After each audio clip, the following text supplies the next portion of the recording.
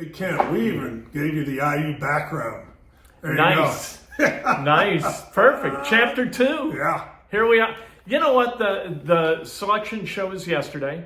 So why not talk about that? Get together and have a chat. I thought Purdue got screwed.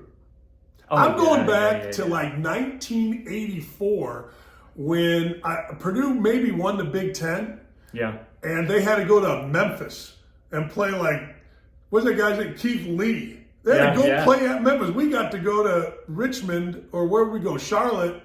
Like, all right, what? Purdue they got to play Memphis now. They got to play Memphis in the second round, a team that just won a conference. FAU, don't sleep on FAU. No, right. You got the Dusty May. Of course. You remember Dusty? Yeah, Dusty was a man. Ken, I want you to talk about Purdue got Purdued, man. Purdue got screwed, and Indiana, I would rather be where Indiana is than Purdue where Purdue is. No, the first round game of Purdue, okay, right? Great, they're going to win, whatever. Right.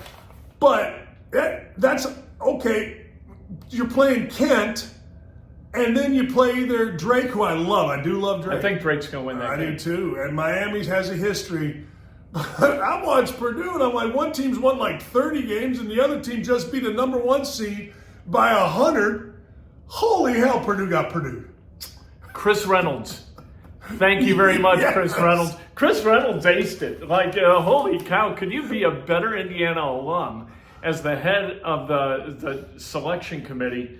And did you watch the interview with he and like Seth Davis and these guys?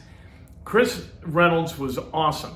The stupid, insipid, typical question, why'd you pick this team? Why'd you have them as a 2 overall seed and these guys at the 3? He goes, it was basically because that's what we did. Yeah. That's what we picked. Next. He was perfect. Well, he's a lawyer. Yeah. So he understands questions. And Seth Davis is a clown and buffoon. And by the way, breaking news, Jay Wright hates sitting there. I just got that from a very good source. Really? He's like, why am I, after winning national championships, relegated to talk to this idiot about basketball? No, that's true. I'm telling you, kid. I don't blame him. I don't blame him one second. But hey, look, kid, I forgot the Chris Reynolds factor. For those of you that don't know, Chris was a really good player. Couldn't shoot a lick, but a defensive, tough dude, great kid for us at Indiana with the whole Kelvin Chaney. But let me ask you this, because I don't know the answer to this. Usually a guy that's the AD at a school has to leave the room. Right. Chris Reynolds, I don't think had to leave the room when Purdue was up or Indiana was up. He's the head of the committee, and he's at Bradley. Yep. Right? And Bradley didn't get in because they got beat by Drake. Right. So beautiful. He was hilarious. I thought, I'd like to hear some more stuff, but the questions were so ridiculous that why? Why waste your time? And some guys, they get a microphone on and they feel a need to like fill time. Yes. Chris Reynolds, 2 sentences maximum, and there it all was, and he just stared at the lens, and they're like, Seth's like fishing for the next question. It was awesome. All right, I'm going to give you a hint here. Yeah. All right, Indiana, you've got the Indiana shirt on. We've got the Indiana background on.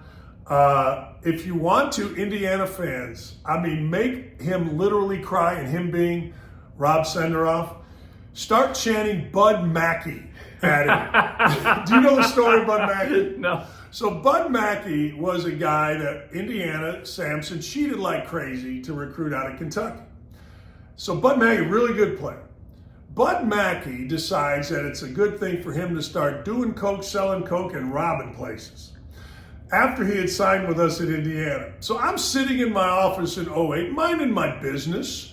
Here comes Senderoff in tears, grown man, crying. He is bawling. I go, what are you crying about? This is like before, you had your phone every minute and you're checking, there was phones. And I'm like, what? He goes, you see news on Bud Mackey? I go, what happened? He's in jail. I go, what did he do? Well, cocaine and Sampson's going to kill me, blah, blah, blah, blah, blah. So Bud Mackey, it's a PR nightmare. Why'd you recruit a guy that's going to, look him up. I don't know. I think he's still in jail or maybe he just got out. But I literally sat at my desk looking at Senderoff sitting right there. You got to help me, Dan. This is Senderoff going from being the most arrogant fool that I've ever been around telling me when I got to Indiana in '08, well, this ain't that same old Bobby Knight crap. There's a new sheriff in town. Exact quote. Really? And I said, man, good for you. You guys are great, man. So, hey, look, Indiana fans, Bud Mackey. I'll tell you, Senderoff will be like, oh, you got that. Reduce him to tears right on the bench 15 years later. Yes. Beautiful. Yes. So what is, because you coached in the MAC for 10 years, what's the difference between the MAC and the Big Ten? Like we look at a team like Kent State, team like Indiana. Yeah. What's the difference? Big guys. Oh, I've said forever. You know, when I was in the MAC, the year that Dane and Coverdale and those guys beat Kent, his best MAC team ever, they got to the Elite Eight. I think we went 24-6 that year and couldn't beat that team. We just couldn't. They beat us 3 times. I blame the coach because I couldn't figure out how to stop them. We played close games. Antonio Gates was a we couldn't. Man. He was unbelievable. But the difference is big. The guards in the MAC, great. I mean, the guards for Kent, fantastic. Seniors. It's old. Yeah. This kid Sincere is really good. You're going to see a team whose guards are great, whose guards are quick, whose guards can score, can really defend, get the ball up and down the court, not much bigs. And I think Drew Timney had like 28 and 12 against Kent back early. Now you got to remember, Kent went and played Gonzaga, played him really well. Minute and a half to go, Kent hits a 3 against Houston, ties the game. Houston was number 1 in the country at that time. This is a team that's played some folks. This is a tough game for Indiana. But the guards are the same. Always said it. 2004, I think we did a thing where there was as many MAC players in the NBA as NBA players. Like I would send this to recruits like, here it is. And most of them were guards or wing guys, Bonzi Wells, that kind of thing. But they just don't have the bigs. Indiana, what do they got? They got Thompson and obviously Trace Jackson Davis. And oh, by the way, Caleb Banks can come in, although he didn't play. And then the Renault kid can come in. They don't have that at Kent. So that's what you do, and that's what you exploit, and that's what Senderoff is going to try to take away. Yeah, well, the other problem you have, yes, they don't have this. And really, let's be honest, who really has stopped Trace Jackson Davis? Right.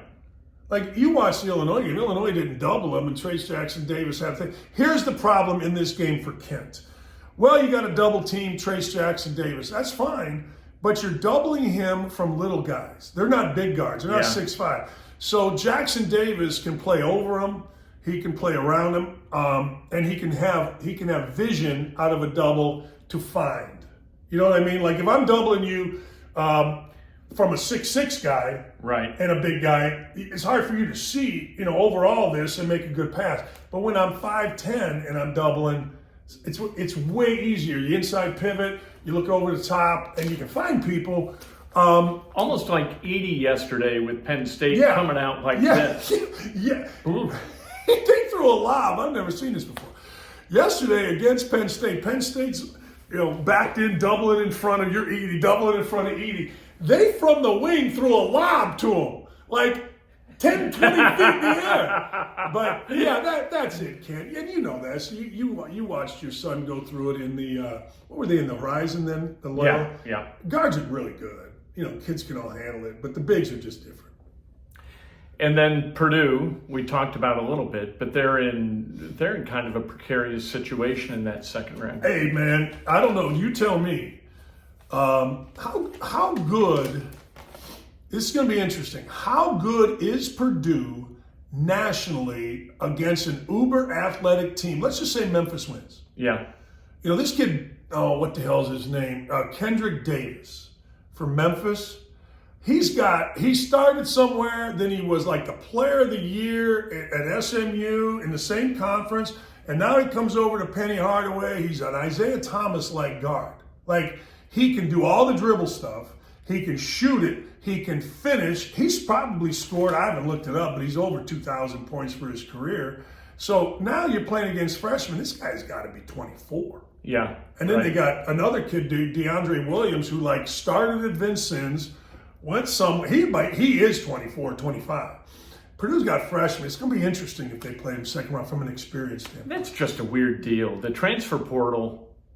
Like I used to think about guys. I don't like it. I think that it allows kids like the easiest port in the storm rather than the most beneficial to them. But who am I? I'm like coaching to maturity instead of winning basketball games. Loyola had a kid who I think was on his 4th school when my son was there, Justin Sarasoli. He played everywhere. He played at Seton Hall. He played at Ole Miss. He was every place. And he came to Loyola, and he was about Justin Sarasoli. He didn't know what to do with the other 4 guys. He knew what to do with him, and he kept trying to figure out what was the best fit for him rather than how he could fit the place he went to. And that's what life's all about to me. Yeah. So I think it's a mistake to just bounce from school to school hoping that you land in a friendly port. I think it'd be interesting to know what Justin Sarasoli's doing now. Yeah, like, I mean, probably on his 8th job. All right, I got to bring this up to you, and I got to get your opinion on this. You and I, very young, old in age, but very young. One great set of hair and one just spectacularly Vin Diesel-looking guy. But I got to ask you, so Indiana yesterday, I saw this ad, and I thought, this is great. Man, a watch party for Indiana. And then I read, $500 a ticket? Yeah. Do you know anything about it? Did anybody show up? I just knew that. And my wife brought it up, and she was like, hey, this is kind of weird. And I know it's an NIL thing, so it's like a legalized kind of payment to the players and all of that. But no, I have... First of all, I don't want to sit around with a bunch of 18 to 22-year-old kids anyway. Under any circumstance, I sure don't want to pay for it. And then to know that money's going straight from my pocket when I'm already a taxpayer into the pockets of other, students. I don't understand the whole construct. God bless the people who went. I'm sure you had a great time. I would not be among them ever. You know what I saw? Now, I know the world's different. I know money is different. But it said, hey, students, come hang with, I'm like they got $500? Hey, back in the day, that was 300, I'm trying to do the math, about 325 pitchers at the peanut barrels. You could buy for a week and a half everybody in the bar. If I walked up to the rag, or if I walked up to the Bluebird, there was a $5 cover, I'm like, what? I'm getting Dakich. What are you talking about?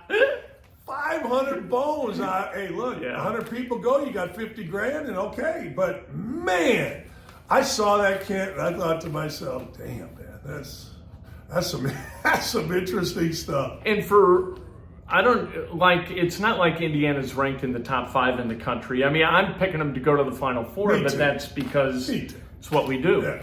But we don't have any true wanderlust about what this postseason's going to be. For the women, that's okay. But paying $500 to go watch the women's draw and celebrate, that sounds completely insane. I think it was both, right? Yeah, they were both there. Hey, look, at least you had one at 7 and one at 8, so it's $2.50 an hour. By the time it got over, 7 o'clock to 8, that's $2.50. 8 to 9, that's $2.50, and then you get to hang out. Maybe you break it down, you get $1.25, $125 an hour. Maybe that's worth not even close. So the Spike Tour. Yeah. You get to beat Senderoff. Yeah. Good chance that happens. What are the odds that they can beat both Senderoff and Sampson and get to the Elite Eight? The odds are probably 5 to 1 against, maybe more than that. But when I look at it, I say, all right, so you got to play a mid-major team to start with. All right, a good mid-major team. And, I always said, when you get in the NCAA tournament and you're a 4 seed, you're going to play somebody that's hot, right? I mean, you think about it, you're going to play a conference champ, and they ran through. Now, it doesn't mean they're great. Maybe they got hot, but Senderoff's team's legit. But I would say they're a 4 or 5 point favorite. That's fine. Miami's interesting. Their big kid is hurt. You talk about spending money on NIL now. The kid here, Peck from Indianapolis, that dude made a big ton of money. But I still think it's Drake, who we like, but they're a Missouri Valley team. But they ran through that tournament like a hot knife through butter. Nobody came close. Well, they got a pro. Tucker DeFries, the coach's son, is a first-round pick. Everybody tells me he's a lottery pick. They got a kid from Bishop Knoll, my nemesis, not my nemesis because we kicked their ass, but it would be considered a rival. who's their all-time leading assist guy, named Roman something. His name escapes me right now. I've been talking about him for 2 straight nights, and I forget when I'm on the big show here. Then they've got 2 other guys that are 25. They got a big kid that's legit. Miami made a run last year, Sweet 16. Kent. Learning is a good coach. He's a good coach. He seems to understand tournaments, But I still say it's a great. I would rather play any of those teams in Memphis. Yeah. Right now. Yeah. I mean, you're talking about a conference champ. Again, you're talking about a hot team, right? I mean, Drake's hot, but it's not athletic. I think 5-1, but I wasn't impressed with Houston yesterday. No. They haven't played great, and they haven't really. I mean, they're not. Obviously, they're pretty good, but in the AAC, they're not going to play against Big Ten-esque opponents. No, and they lost the kid Sasser. Yeah. And they've said, I read this morning, they said, well, we're going to update you through the week, which is interesting because that's more of a negative to me. Don't you think, than a positive? We're going to update you through the week? Plus, what's it mean? Let's put it in Indiana's framework. Like, if they were going to get Xavier Johnson back, how much benefit do you get versus the disruption? Well, Sasser just got hurt the other day in the tournament, so he only missed 1 game. Okay. He's their best player. So that's a little different, but to your point, they didn't play well without him. I mean, they got smoked. I don't know what the final was because I turned it off because that freaking John Crispin would not shut the hell up. Hey, Jesus, I know everybody loves Hummel. I get it, but shut up. I'm watching I could go on an hour. If we were doing this on my radio show, it'd be like, Dan, you got to take a break. I ain't taking a break because anybody not named Frischella or Greenberg, you suck. The yapping, the freaking talking, the Ivy League game. Some guy named Dylan Cuff, who is ESPN's wonder child because he's biracial. He played in the Ivy League. He can do play. He can't do jack squat. So, and then don't get me started on Raftery. Hey, blah, blah, blah. Jesus. I worked with Raph one time. Yeah. It was the worst 4 hours. We did 2 games in the Garden. Yeah. He keeps making those comments that y'all got to giggle at. Yeah. I'm like, I don't want to giggle anymore. Yeah. I'm tired of giggling. Anyway, a side rant. Well, I don't blame you. Jesus. Like you watch, who's really good? This is on the women's side, is Megan McEwen. Is she? Yeah, she's pretty good. Yeah. Was here at Wish TV8 for a while. Does she not talk so much? She 4 seconds, 6 seconds, that's it. She shuts up. You got to know when to shut up. Oh, I swear to God, if I ever went back, here's what my broadcast would sound like. Hey, man, I'm watching. An economy of words is really important. Oh, just shut up. Anyway, what are we talking about? Talking about Indiana a little bit, Yeah. but they're going to the Final Four. I don't think there's much question about that. So let me ask you this. They're going to play against Kent State, and the last team to beat Kent State was Ball State, and that's coached by the great Michael Lewis. Does Michael feel a compulsion to call and say, hey, look, here's what this guy likes to do, here's what you need to do? Does Mike Woodson feel a compulsion? He strikes me as a guy who would not. I've been told that Indiana's staff is so stupid and arrogant that they would not do that. It's not on Mike to call in. It's interesting because who said, somebody in the CAA, the Colonial, yeah, I think it was Pat Kelsey, whose Charleston team was like 31-2, said, I'm not helping anybody. Like anybody no, I couldn't have been that because they don't have anybody else in the tournament. Some guy in the league said, yeah, I'm not helping anybody with teams in our league. And that's the first time I heard that. Usually, you like to give you a little background, this last night is the busiest night for assistants. I mean, you are finding out information. You're calling everybody you know on Kent State if you're Indiana, or whatever, Indiana, or on Indiana if you're Kent. The beauty now is all the games are downloaded and you can get it, but you're trying right. If I'm Mike, I don't necessarily know that I want to see Kent win. I don't know. It's hard because you're jealous. You got to recruit against them. You don't have to recruit against Indiana, really. Right. Now, Mike, as a loyal Indiana guy, would probably be willing to help. But I bet you money that the idiots on Indiana's staff are too stupid to even realize that Mike Lewis won the game. And what people don't when your check is signed, or you get a check from Bowling Green or Ball State or wherever, that's where your loyalty lies. That you graduated from a school 25 years ago pales in importance to where you're getting paid today. I'm glad you said that, because so many people, well, you're a hater. I'm not a, my check said ESPN. Yeah. My check says Fox News, I guess now. If Indiana won, I paid my scholarship back. I legitimately paid my scholarship back. So I did. The whole 4 years? Yeah. Why? That seems crazy. I know. Was it you didn't want to owe them anything? As much as I ripped Indiana, I kind of realized that I got a pretty good deal from the school. So this was a recent thing? Probably, well, it was over years. I didn't do it in one check. I mean, I paid here, there, and just anonymously to different places. Wow. Good for you. You know who I heard did that? You know who Gary Long is? No. Gary Long played at Indiana back in the day. His son is one of the guys in Hoosiers, Scott. And I remember Gary Long did that. And I thought to myself, you know what? That's a decent idea. If you have the means. I had the means. Why not? Yeah. All right. Yeah. I figured, and there's tax break. Yeah, right. There's always, look, my name's Willie, not silly. Yeah. You're generous, but you're still from Lake County. And like nobody in Lake County goes into their pocket without something coming into the other pocket. That just doesn't happen. Boy, and that should be clipped. Truly. Hey, let me ask you a question. My wife's from Lake County, so I can talk Lake County. Hey, you can, Griffith. Let me ask you a question. Yeah. So I'm watching, and Wally Zerbiak. Yeah. I don't know if you saw this yesterday, but Wally Zerbiak says, well, Purdue shouldn't be a number one seed. Texas should be. Now that's on the heels of the whole Halliburton is a pretend All-American that Zerbiak said. Yeah, right. So I like Wally. I coached against Wally. I got to know Wally, but he's an idiot too.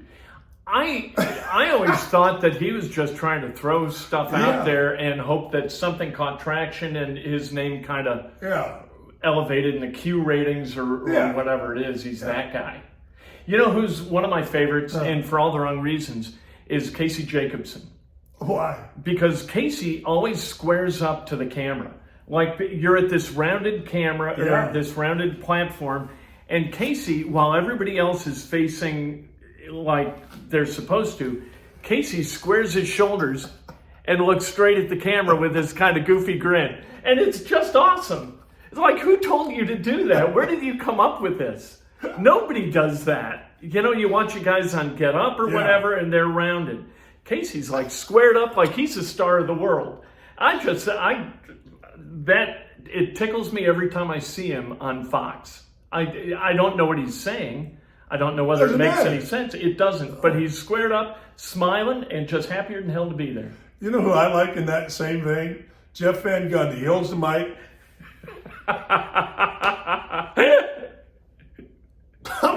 I'm fascinated by it. I'm all right, we got to talk about something. Speaking of, did you watch the Indiana Penn State game? Were you there or did you watch? I watched. Did you see out of Mike Woodson? Oh, yeah. Did you see that? Like,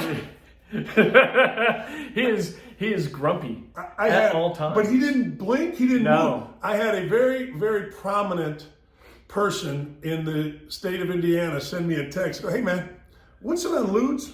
I go, what are you talking about? He goes, play that back. He said, the stare. I go, I must have missed it. I don't know what I was doing. He goes, you got to be, you can rewind. He goes, rewind it and watch. And I think, well, then I found out the announcer said, I thought our shot froze. Like, my wife's watching him. We were watching the interview with Andy Katz at halftime or whatever. He's right outside the locker room. And Julie said, he doesn't blink. And it reminded me of Jim Caldwell. Jim Caldwell never blinked. I kept Jim Caldwell. He was the head coach for the Colts for 3 years. We were waiting to have him on a show, and I thought, I'm going to talk to him until he blinks. It went 8 minutes. 8 minutes. No blinking. was like, this is incredible. I'm out of stuff to ask about or talk about, but I'm going until he never did blink. They had to drag him over to the set. Got dry eyes. You would think. All right, I got to get something into the Colts. I got a theory. Yeah. You ready? Yeah. All right. Free of the cowardice of Chris Ballard, Frank Reich is now with Carolina. Yeah. So he's free of the, Kevin Bowen was, Right. I'll be on Twitter if I draft a quarterback or whatever stupid shit that the guy says, right? All right, because he's afraid to draft a quarterback. Right. So Frank Reich, he's now with an organization, Jim Caldwell's a part of it too, Yep. that says, screw this, we'll give you everything.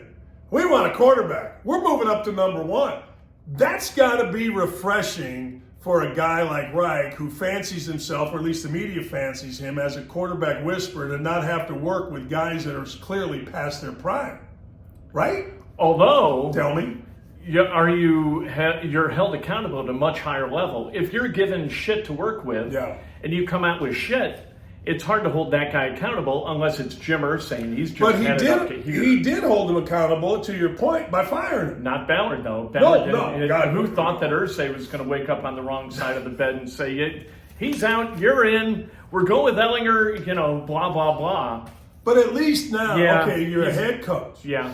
Your organization has shown we want to get this quarterback for our future, which, you know what? He's in his first year. It's not like with Ballard, we've talked Right. about this. If he drafts Anthony Richardson, he's going to be gone after this year, and that's why he's not going to do it.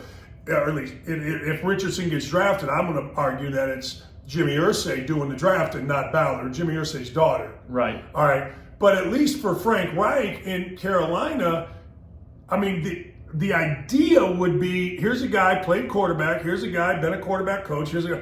I'm going to grow this with this guy, whoever we draft, as the number one pick. Yeah. Which has to feel good if you're Reich to know that I've got a shot here. And take your lumps the first year because you've got the equity to move through Yes. it. And then go get other guys Yes. with high draft picks if you got them. But because that number one pick, that's the danger of trading that 24 Agreed. pick, is the Bears are going to reap the reward of the Panthers sucking this year. I agree. And the other thing with the 9th pick this year for the Bears, which is Jalen Carter, everybody says the best player picked in the draft, but he's got that thing down in Georgia where he's got speeding, and was he involved in the death of 2 people? I mean, look, he's going to fall. Yeah. And I asked somebody in the NFL, what's the difference between drafting a guy first or drafting a guy 9th morally? Right. Right? You know what he said? What? Number 1 picks forever. Number 1 pick, more questions. Number 1 pick, more visibility. Number 1 pick is forever. It is the number 1 pick in the NFL draft. Nobody knows who's going to be the 9th pick. But I got to tell you, Jalen Carter falls to the Bears at number 9, and assuming he didn't cause the accident that took the life of 2 Right. people in Georgia, it's a hell of a haul for the Bears. You know what? With the Colts, if they're not going to take Richardson and if Stroud and Young are already gone, why not stay at 4 and take either Anderson or Carter? Take the bet. When you trade down like that, you trade away from elite. And the Colts have almost no elite. Right. They got Leonard healthy. If he's healthy, he's elite. And Jonathan. That's it. You got to get somebody elite. You can't trade back. Like Ballard always says, there's no difference between 15 and 40. Those guys, like, you can take a guy at 22 or you can take a guy at 33. It's the same guy. At 4, that's not the case. And you need elite level guys. Why not take a guy like Will Anderson and go get the quarterback? I don't disagree with that. I've said forever, playmakers rule. I mean, don't tell me about a center. Don't tell me about a left guard. Playmakers, and playmakers are on the defensive end. Yep. And Will Anderson, terrific. We mentioned Jalen. I remember Urban telling me before the national championship semifinal, he said, Jalen Carter is by far, not close, the best player in college football. He goes, you have to have a minimum of 4 hands on him, meaning I'm blocking you, you're over here, you're not chipping. I'm blocking you with 2, he's blocking you with 2. We got 4 hands on this guy. And we saw it against Ohio State. He was almost unblockable even with forehands. Right. All right, back to the Colts for a second. Yeah. You got the 4th pick. This is where scouts come in, because you have to know whether or not Richardson is a guy, and you have to know, not guess, not mock draft, not what anybody says. You have to know in your scouting whether Will Levis is. You have to know whether Levis and Richardson is the guy. I don't care what Mel Kiper says. I don't care what Michelle. I don't care what the media fallout's going to be. You are paying a lot of guys to scout. You are paying a lot of guys in that front office. There is no ifs, ands, or buts. I know as best we possibly can that I'm riding with Will Levis or I'm riding with Anthony Richardson, or you don't take him. Right. Period. Here's the thing with Richardson that I think you really have to find out, and why you have to crack open the hood and look at him mentally more than you do physically. Yeah, because no you know that physically he's got it. How is he going to respond to the first time in his life when his athletic gifts aren't enough? Is he going to be able to retool this? Would you rather have a guy who is well put together up here, or a guy who is gifted below the waist? That's easy for me. I've said this forever. People always say, like, there's a kid in the NBA draft, 7'4" kid, like Victor something. Yeah, Wembanyama. Yeah, he's the greatest player in the history of the world. I'm like, okay. Well, let me explain this to you. Are you passionate like Kobe? Are you passionate like LeBron? Are you passionate like Michael? Don't tell me. You know how many guys have great gifts, and if they're not totally immersed in just the game and the work and the getting on a bike and lifting weights and being there 2 hours early, staying 3 hours, then I don't want to hear about you. I honestly don't, because that's what, like, you can be a good player. Like, the NBA is full of good players, but are you that? Same thing with quarterbacks. I mean, think about it. You know, the legend of Peyton Manning making wide receivers work out in the summer or before their freaking press conference. I mean, God, Tom Brady, I know he took time off, but the dude changed his whole life for football. You know, if you don't do that, then I don't want to hear about your physical gifts. Go to an NBA game. Every dude is just freaking ripped. Every dude is perfect.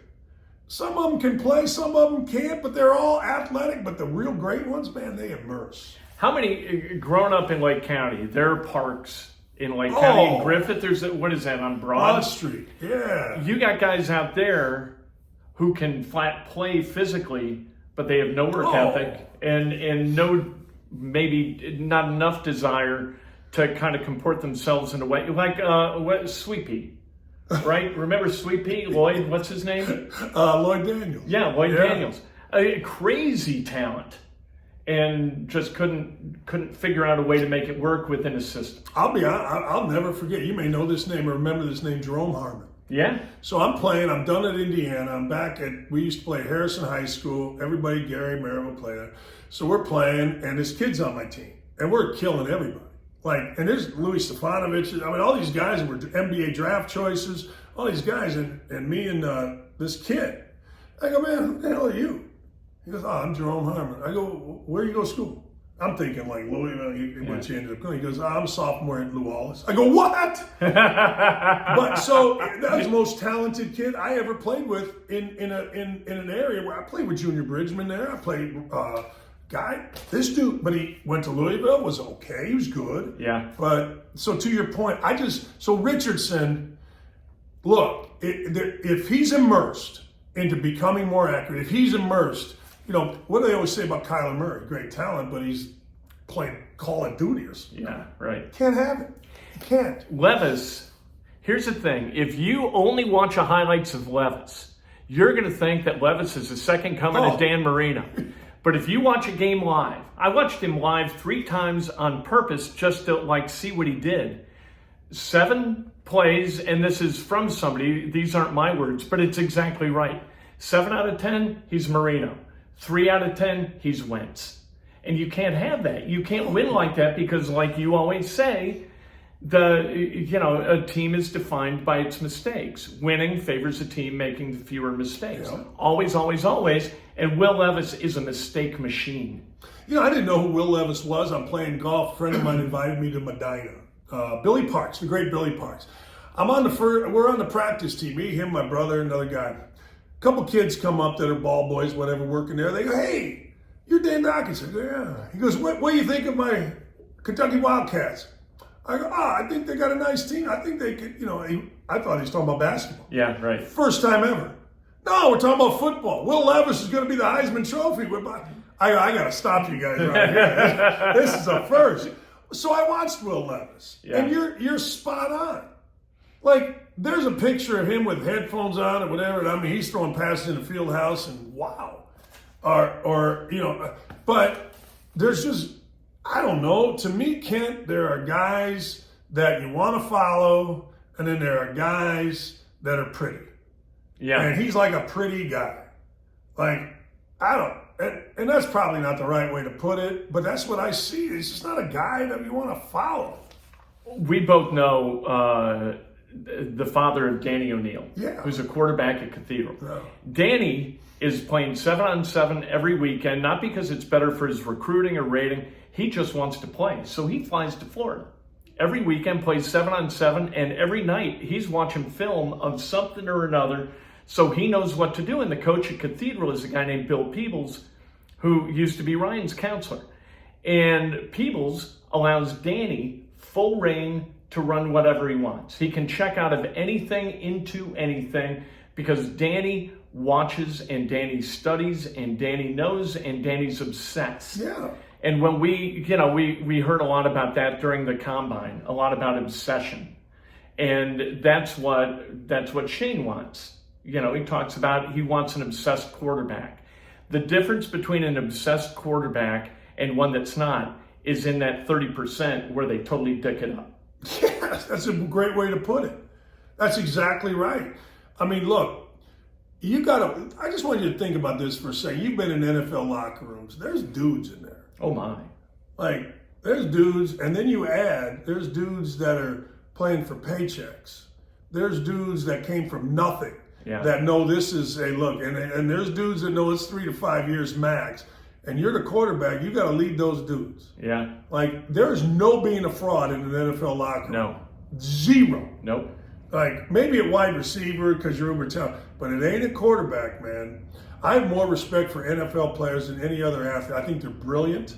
I think I think it weeds out the stupid. I think the NBA attracts the stupid, but I think the NFL and at quarterback or center or any ball kind of, I guess, control kind of thing where you gotta react, you gotta think, you gotta call sets. The center's calling out cover, the quarterback. You're brilliant, and you got to be able to lead dudes. Yeah. And if you're if you got a character flaw, them dudes are going to find it, and it's not going to work for you. And that's what I like about the NFL is that there is a consequence for a lack of focus. Yeah. Whatever you lack, there's a consequence. It's kind of like golf. Golf's moving toward no cuts. I hate that. I do too. I hate it. I like cuts. I think you ought to be penalized when you don't play to a certain level. In the NFL, without the guaranteed contracts, except for Deshaun Watson, there are consequences for your actions. And I think that's why we like it. And you know what? What's today? March 13th. We're talking about the NFL. We're going to be talking about the NFL April 13th, May 13th, June 13th. They are geniuses in the way they've built this thing so that what do we talk? We talk about the hard cap. We don't talk about the cap in any other sport. I don't even know how the cap works in baseball. And I watch baseball. I like baseball. But the cap in the NFL is punitive for stupidity in a way that I love. I agree. Like right now, I may do this today. We should do this. Right down the street is the Thunderdome, Pat McAfee's Thunderdome. Yeah. We're all waiting for the white smoke to come out of Aaron Rodgers. Now that's going to be tomorrow, right? Maybe we'll do a video tomorrow from outside of McAfee's, right? Because that's where Aaron Rodgers announces all of the Aaron Rodgers stuff, and frankly, I love it. And Aaron Rodgers, for being a smug, weirdo, I guess, has us all captivated. It's the lead story today. True story. March Madness last night. Yeah, Ron, go fight, win. Now, Rodgers was the lead story all morning. I saw on SportsCenter and all these shows. It's unbelievable. He manipulates the media at an exception. If he can manipulate safeties at the way with his eyes, the way he manipulates then he's still got a couple of years. Hey, it's coming soon. Hold on. Stay tuned, Kent. In fact, I texted McAfee earlier. I heard my phone buzz. Let's see. I said, when is the one? He started not texting me back. I'm very unhappy with this. But anyway, I'm like, hey, Pat, let me know when because tomorrow he'll be on the show. And then, so you're right. We're talking about this. It's like the NFL says, all right, we'll give you March. We're gonna, do you know what happened a year ago today? A year ago today. What's that? And people were pissed about it. Tom Brady announced he was coming back. And you know what? People were, well, how could you do that on March Madness Day, the March selection month? He's like, screw it. Hey, a year, and you know what was the #1 news story? Tom Brady coming back. It's freaking genius what they do. Day one of the legal tampering period for free agency, and then free agency opens up on Wednesday. And of course, the Colts aren't going to do squat because that's what Ballard is going to have on his gravestone. Smart money spends late. That's Chris Ballard. And so I always say big possums walk late, but that's a bark. All right, let me ask you this. You got a lot of possums up there in Lake County. Let me ask you this. So Lamar Jackson, to your point, here's the deal. So Lamar Jackson is a player. He's not an agent.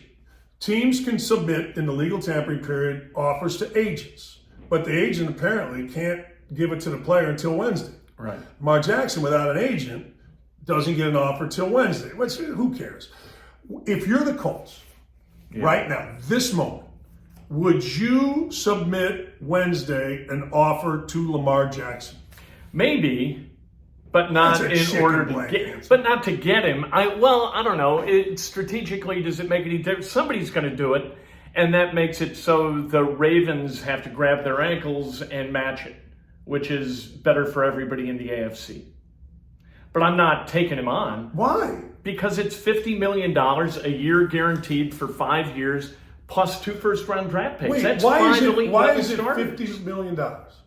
Because that's what Deshaun Watson got. He got 46. But there's already an offer to him that is like, what is it, 30, 32, something like that? Yeah, that's the... I'm not... Yeah. All right, you're making more sense. I get it. You're talking about 5 starters. We said this last show, and I'm not going to say it till I just don't trust Ballard. Yeah. I just don't trust Ballard to make those picks. I want a quarterback in here. There's no juice in this city about the Colts. The new coach, great. We hope he's great. We hope he does well, but there's no juice on him, really. It's not like they hired Sean Payton and everybody's all fired up. Right. But that doesn't matter. I mean, get to camp and do your thing and win games, and everybody will have juice. But I got to tell you, man, I got to go. I got to go get him. If I'm Ballard and I want to survive, we said this last. I got to go get him. I'll give up some picks. You better win now. Yes. Right now in 23. Yes. Because in 24, 25, 26, and 27, you're going to pay the piper, and you're going to be out of here like shit through a goose anyway. But if you go get Anthony Richardson, you're not going to win this year. You're done. But you can say to Jim, we're just not going to. We got Marcus Mariota as our starter for at least half the season. This is a tough slog uphill. And you know what Jim's going to go? He's going, you know what, son? I listened to you for a long time. I put my daughter with a set of headphones on the sideline and a notepad. I put my daughter in all the head coaching meetings. My daughter's running things around here, son. You just go in front of the media, answer Kevin Bowen's question a little more politely, please. And we'll do the hard lifting here. We've had enough of you.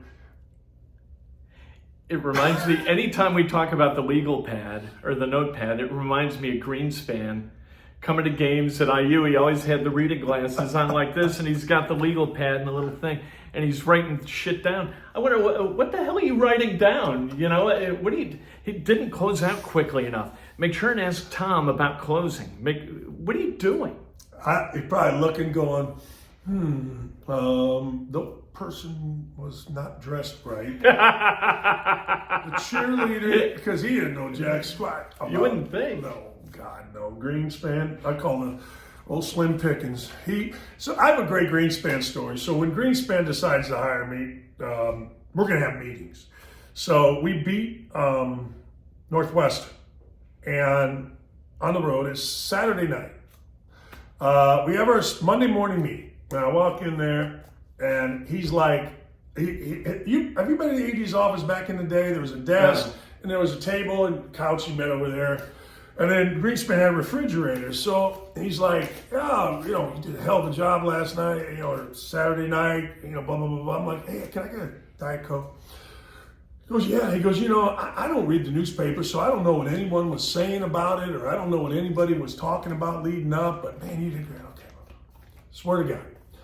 I walk back, his desk right here. I look, every newspaper you can imagine is open on the floor behind his desk. And I grabbed the Diet Coke from the fridge and I walked back, and I'm like, I swear, Kent, to this day, and what would it be, the Star, the Herald Times, the USA Today, probably the Fort Wayne, right there on the floor. So people are full of crap. Always. But not us. No. And so who's going to win the NCAA tournament? I got the Zags. I got Indiana in the Final Four. I got Purdue in the Final Four. I got the Zags in the Final Four. I got Arizona in the Final Four. You tell me. I got Arizona, Duke, UCLA, Indiana, UCLA. I got winning. Man, that Duke one is good. They've won 9 in a row. Ooh, man, again, Purdue.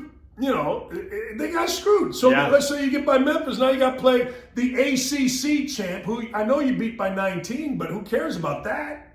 That's unbelievable to draw. Purdue, you got screwed. Matt Painter, you are the coach of the year, and you have now put it right here with Tom Izzo as the best coaches in Big Ten basketball. But you got to get out of his first. He's going to get beat. Tom Izzo yes, he is. Going to beat. Yes, he is. USC. I'm all in on Pac-12 teams. Subscribe. For the love of God, subscribe. We've got to get to 1,000 as quickly as possible so that we can make this live and interactive. We have to record this and put it up despite we've got like a million scads of subscriptions on other channels. Scads? I don't know. Okay. We got lots. So subscribe, and we get to 1,000. You get to ask us questions, and won't that be joyful? Like the video, ring the bell so you get an alert every time we post one, which is so important. Yes. And we'll do this again soon. This is twice in 4 days. That's a lot. Historic. We'll definitely do another one to preview Indiana Kent State, but we got to wait for injury, and we got to wait, at least in my world, we got to wait for arrests. You never know. You never know. Never know until you get to game day or day before. 21-year-olds. Woo! Stressful time. Woo! All right, we'll talk to you soon. See you.